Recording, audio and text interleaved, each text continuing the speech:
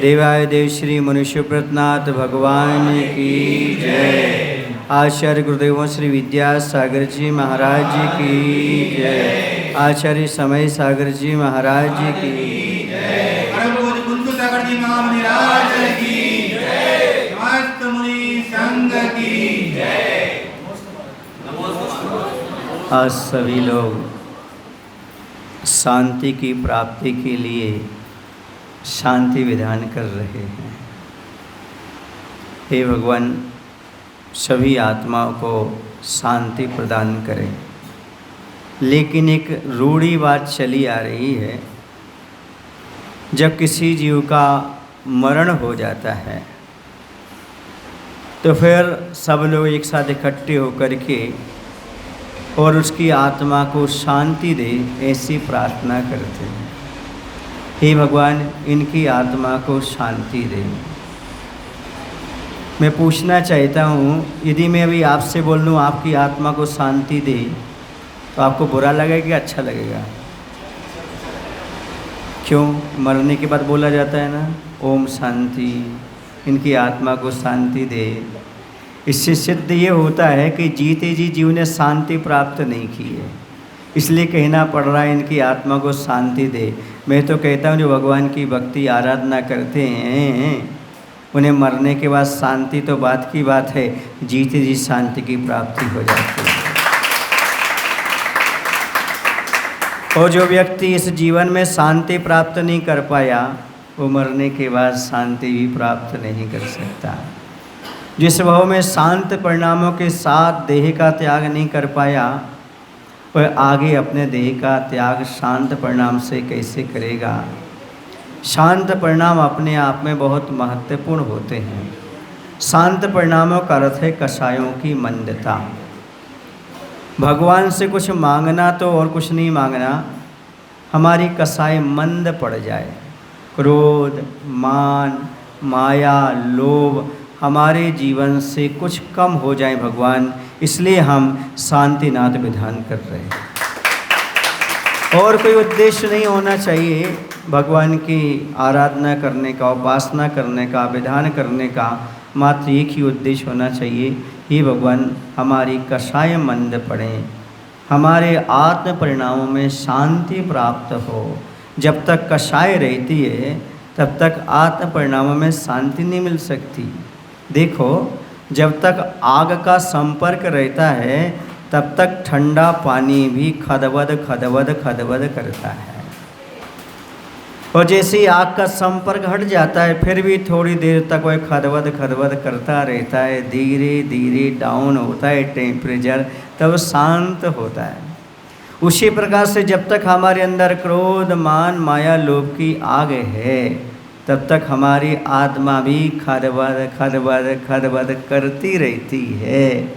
और जैसे ये कषाय मंद पड़ती हैं, पानी की तरह ठंडक इस आत्मा को प्राप्त हो जाती है। इसी का नाम शांति है। जो व्यक्ति ये समझ लेता है कि अशांति किसके कारण होती है, उसे शांति पाने में देर नहीं है। अशांति किससे होती है ये व्यक्ति जान लेगा तो शांति पाने में देर नहीं लगेगी। आदमी यही तो नहीं समझ पा रहा है कि अशांति क्यों पैदा होती है, अशांति के कारण क्या है। रोग के कारण नहीं जानोगे तो रोग मुक्त कैसे होगे? दवाई भी खाते रहोगे और जिस चीज़ से रोग हो रहा है वो भी सेवन करते रहोगे, रोग बढ़ेगा कि कम होगा? वैसे यहाँ भगवान की भक्ति भी करते रहोगे, विधान भी करते रहोगे, वहाँ क्रोध, मान, माया, लोभ नहीं छोड़ोगे तो शांति मिलने वाली नहीं है। फिर कहना पड़ेगा, पढ़कर शास्त्र अनेकों फाड़े, तोड़ी कई मालाएं, मन के विषय कसाए घिस नहीं पाए, घिस डाली प्रतिमाएं। मायने समझिए इसका ताली बजाने से पहले। पढ़कर शास्त्र अनेकों फाड़े, शास्त्री जी खूब शास्त्र पढ़े और पढ़ करके बहुत सारे फट भी गए। तोड़ी कई मालाएं, इतनी मालाएं फेरी हमने, इतनी मालाएं फेरी हमने, इतनी गिनती लगाई कि जीवन में कई मालाएं फेरने के बाद टूट गई। हमने इतना अभिषेक किया, इतना अभिषेक किया कि मूलनाएं घिस गई, लेकिन मन के विषय कसाए नहीं छूटे। ये सब करने से कोई फायदा नहीं। मायने समझे?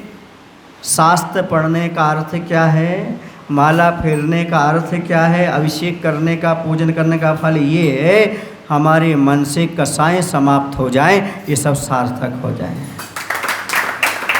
इसका मायना ये नहीं है, कुछ लोग सोच रहे होंगे अच्छा है भैया हम शास्त्र भी नहीं पढ़ते, हम अभिषेक भी नहीं करते, हम माला भी नहीं फेरते, हम अच्छे। इसका अर्थ ये मत ले लेना, इसका अर्थ ये ले लेना ये सब जो हम कर रहे हैं इसका उद्देश्य है कषायों का कम करना। यदि ये नहीं करोगे तो कषाय कम भी नहीं होंगे, ये भी पक्का है, ये नियम है। यदि भगवान के प्रति भक्ति नहीं है, यदि अभिषेक के भाव नहीं है, यदि पूजन के भाव नहीं है तो समझो कषाय ही है।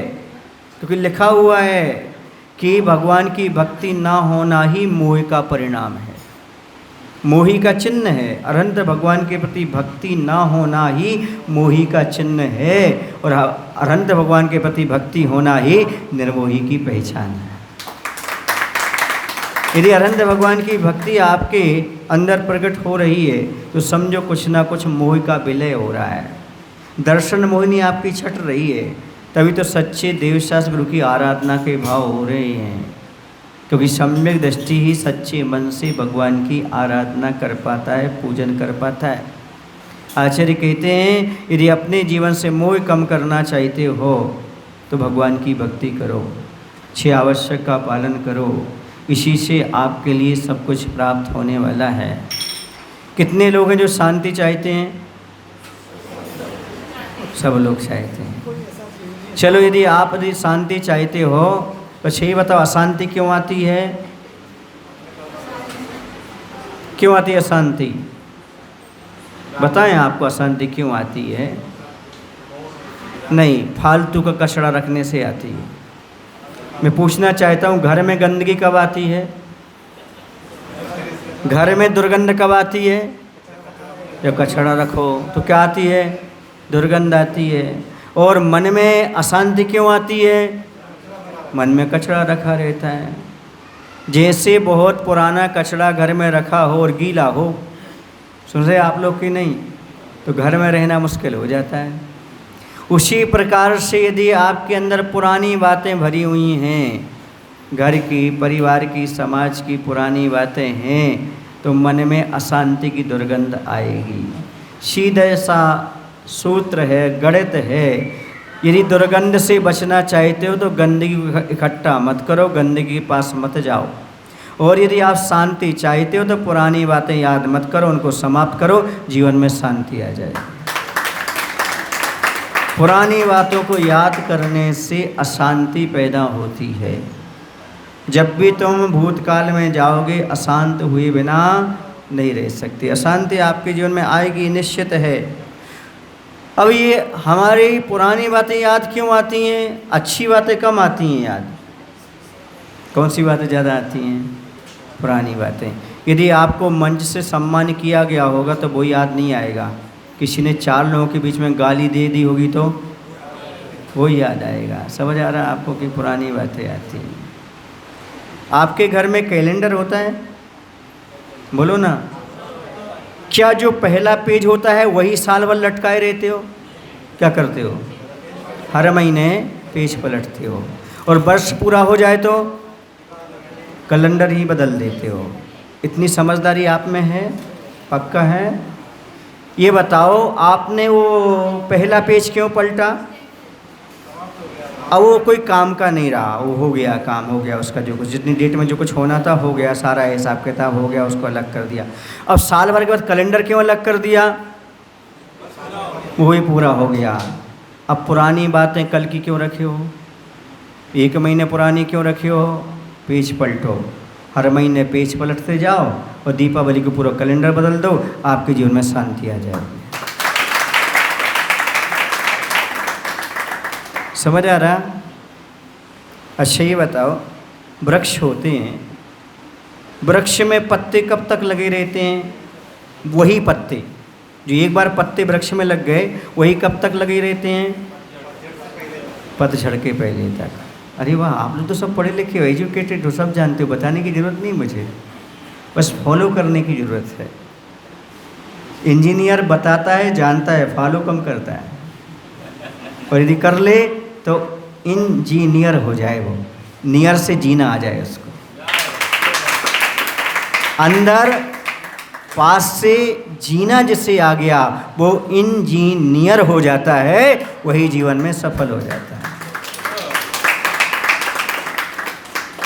तो वह वृक्ष ये जानते हैं कि इन्हीं पत्तों को मैं रख कर के वर्षों तक चलूँगा तो कोई पशु पक्षी मेरे पास नहीं आएंगे, कोई कबूतर मेरे पास नहीं आएगा, कोई तोता मेरे पास नहीं आएगा, कोई आदमी भी मुझे पसंद नहीं करेगा, कोई मेरे सामने फ़ोटो नहीं खिंचवाएगा, क्योंकि मेरे पुराने पत्ते हैं।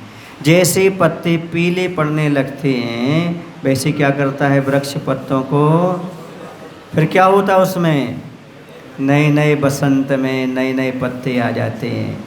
जैसे बसंत के आने पर पुराने पत्ते छूट जाते हैं, वृक्ष में नए पत्ते आ जाते हैं, वैसे संत के आने पर आपके जीवन की पुरानी बातें छूट जाना चाहिए, नए सिरे से जीना प्रारंभ करना चाहिए।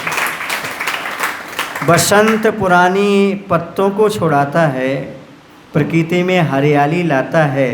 संत पुरानी बातों को छुड़ाता है, समाज में खुशहाली लाता है। पतझड़ के आते ही वृक्षों को कहना नहीं पड़ता, क्योंकि उसे पता है बसंत आएगा, नए पत्ते आएंगे, पुराने पत्ते को छोड़ देता है। वैसे साधु संत के आने से पहले आपको भी सोच लेना चाहिए, पुरानी बातों को मन से निकालना है, अब गुरु महाराज की बातों को अच्छी तरह से जीवन में धारण करना है। कुछ लोग कहते हैं महाराज जी आप लोगों को बहुत याद रहता है। एक सज्जन हमसे बोले महाराज जी आपको तो माइंड कंप्यूटर जैसा है। मैंने कहा उपमा देखना सीख लो आप, कंप्यूटर जैसा माइंड नहीं है, माइंड वाले ने कंप्यूटर बनाया है। अब कंप्यूटर ज़्यादा होगा कि माइंड ज़्यादा होगा, बोलो ना, समझ आ रहा है आपको कि नहीं आ रहा है? अब बताओ महाराज जी की मेमोरी शॉर्ट क्यों होती है, महाराज को जल्दी याद क्यों होता है? सुनो, आप लोगों के पास मोबाइल वगैरह रहता है ना, उसमें कोई कार्ड डला रहता है, कार्ड 4GB कुछ ऐसा, कितना रहता है उसमें मेमोरी कार्ड? 256 है ना, 256 GB होता है, किसी का 32 GB होता है ना, 512 भी होता है, 1000 भी तो हार्ड डिस्क हो जाती है ना, है ना, क्या कहलाती है वो, हार्ड डिस्क कहलाती है। हाँ, तो जैसे आपको मालूम पड़ गया कि हमारी मेमोरी फुल होने वाली है, आप क्या करते हो? नहीं नहीं नहीं, जो काम का नहीं है, जो काम का नहीं है उसको क्या करते हो? डिलीट करते हो। अच्छा ये बताओ, किसी ने 5 साल पहले गाली दी थी, वो काम की है क्या? किसी ने आपका अपमान किया था, वो काम का है क्या? आपको सम्मान नहीं मिल पाया था, वो काम का है क्या? बोलो ना भाई। किसी की वजह दुश्मनी है, वो काम की है क्या? तो मेमोरी फुल हो रही है आपकी, पुरानी चीज़ें डिलीट कर दो, हमारे प्रवचन आपको समझ में आ जाएंगे, आपको याद होना शुरू हो जाएगा। बच्चों को जल्दी याद क्यों होता है? खाली है, पूरी 256 पूरी खाली है उनकी। जो आप सिखाओगे सीख जाएंगे, और आपको सिखाएंगे तो यहाँ से निकलने का भूल जाएंगे। क्यों? भरी हुई है। थोड़ा कम करने का प्रयास करो। मोक्ष मार्ग भरने का नहीं, खाली करने का है। वो जो खाली कर देता है वो हमेशा ऊपर उठ जाता है। समझ आ रहा?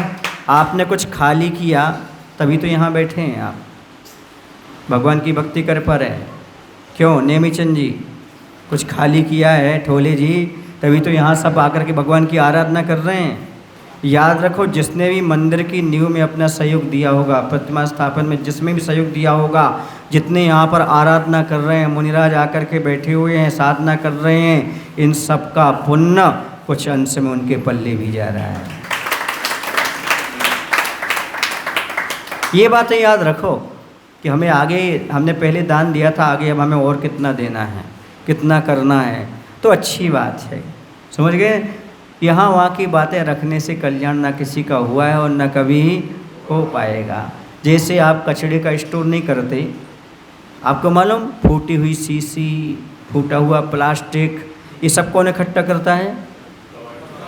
आप कौन है? पुरानी चीज़ों को कौन इकट्ठा करता है? कबाड़ी। आप लोग कौन है? यदि पुरानी बातों को रखते हो और दुनिया भर ने जो फेंक दी वो उठा के रखते हो। सुबह सुबह लोग निकलते हैं शहर में, गरीब आदमी, और जो लोग फेंक देते ना उसको उठा उठा के रखते जाते हैं। 200-500 रुपये दिन भर में मिल जाते हैं। बोलो ना, ऐसी आपकी दशा तो नहीं है? ऐसी किसी व्यक्ति ने कोई चीज़ फेंकी है, बुरे विचार, बुरी वाणी, बुरी भावनाएं, इन सबको इकट्ठा क्यों कर रहे हो? कबाड़ी हो क्या? पड़ी है पड़ी रहने दो, मेरे काम की नहीं है। कोई गरीब होगा वो लेके जाएगा, मैं तो भगवान का भक्त हूँ, मैं बहुत अमीर आदमी हूँ, मैं इन चीज़ों को अपने पास नहीं रखूँगा, मुझे इनकी ज़रूरत नहीं है, क्योंकि भगवान ने मुझे कबाड़ा नहीं बनाया। मेरे माता पिता जो है ना कबाड़ी नहीं है, मेरे पिता तो राजा महाराजा वीर की संतान है, कोई सामान्य नहीं है। आप लोग ताली अच्छी बजा लेते हैं।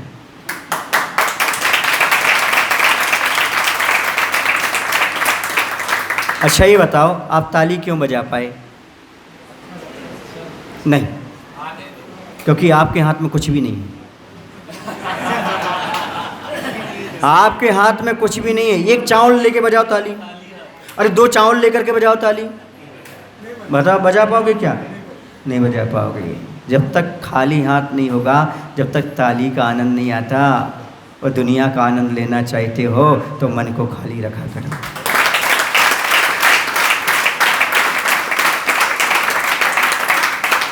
जो मन में कुछ नहीं रखते वो हमेशा शांति का अनुभव करते हैं। ये प्रसंग मैं आपके सामने रख रहा हूँ, महाभारत का प्रसंग है। आप लोगों ने टीवी में भी देखा होगा महाभारत, उस समय बहुत क्रेज़ था उसका। लोग सब कुछ काम छोड़ करके टीवी के सामने खड़े हो जाते थे, महाभारत आ रहा है। उस समय धृतराष्ट्र बहुत आकुल व्याकुल होता था, अपनी गद्दी छोड़ करके यहाँ चलता था, वहाँ चलता था, यहाँ चलता था, वहाँ चलता था। संजय आता था और बताता था युद्ध में क्या हो रहा है। देखा, बताता था युद्ध में ये लड़ाई हो रही, यहाँ हो गया, ये मर गया, ये हो गया, वो गया। वो आकुल व्याकुल होता था, यहाँ भागता था, वहाँ भागता था।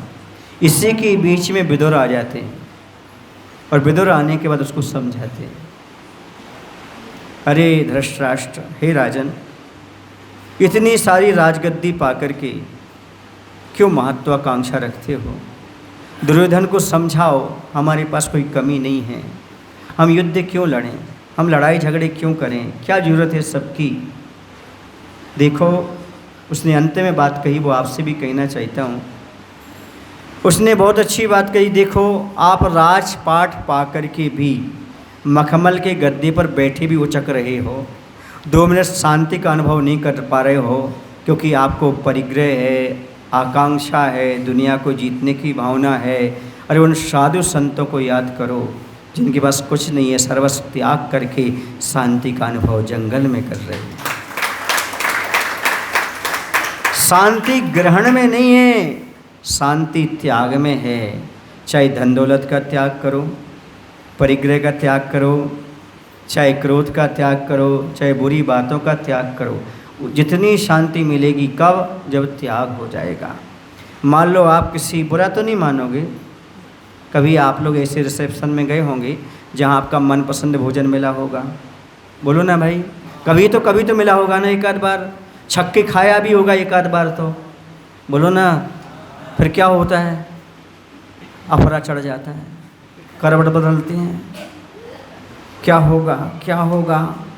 ये अशांति कब तक बनी रहती है?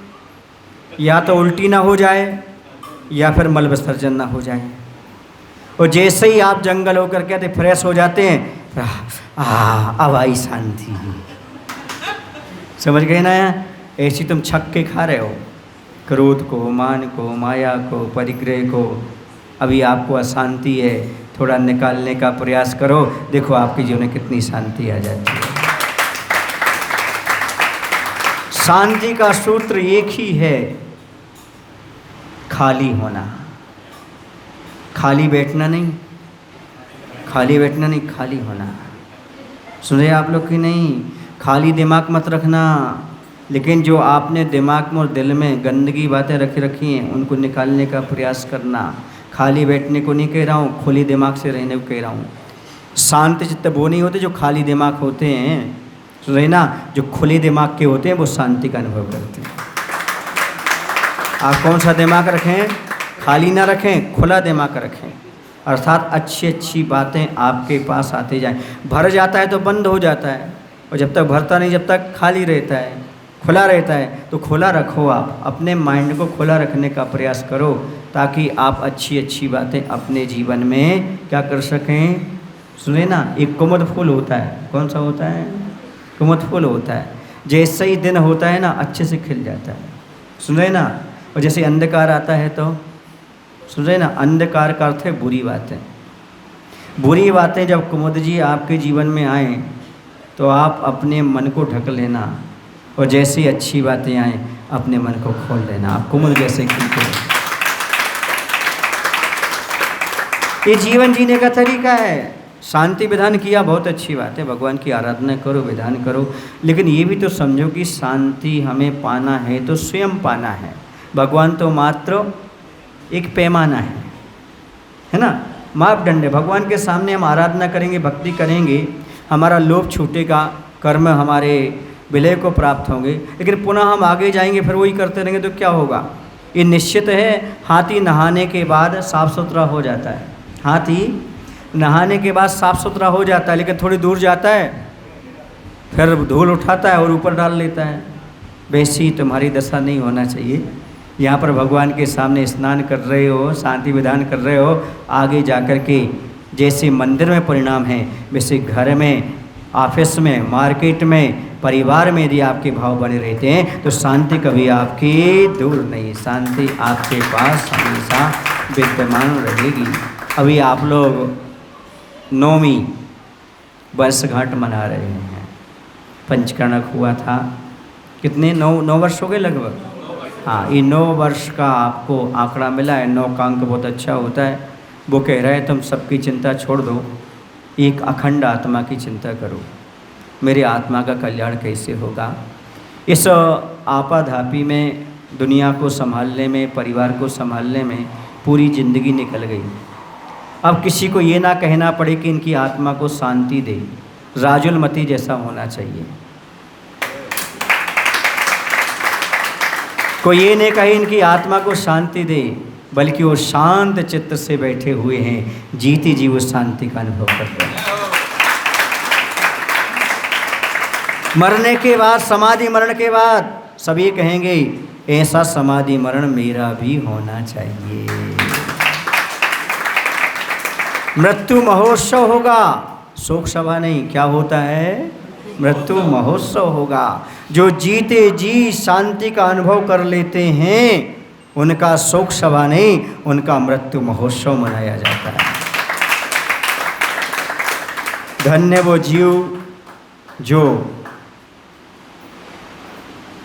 आयु रहते हुए अपने धर्म का पालन करते हुए शरीर का त्याग करते हैं, मृत्यु का सामना करते हैं और अपने परिणामों को शांत बना करके और शरीर का त्याग कर देते हैं। उन्हें विश्वास है ये शरीर तो पुराने कपड़े की तरह है, जैसे पुराना कपड़ा जीर्ण शीर्ण हो जाता है तो उसको खुशी खुशी त्याग करके नया कपड़ा ग्रहण कर लेते हैं।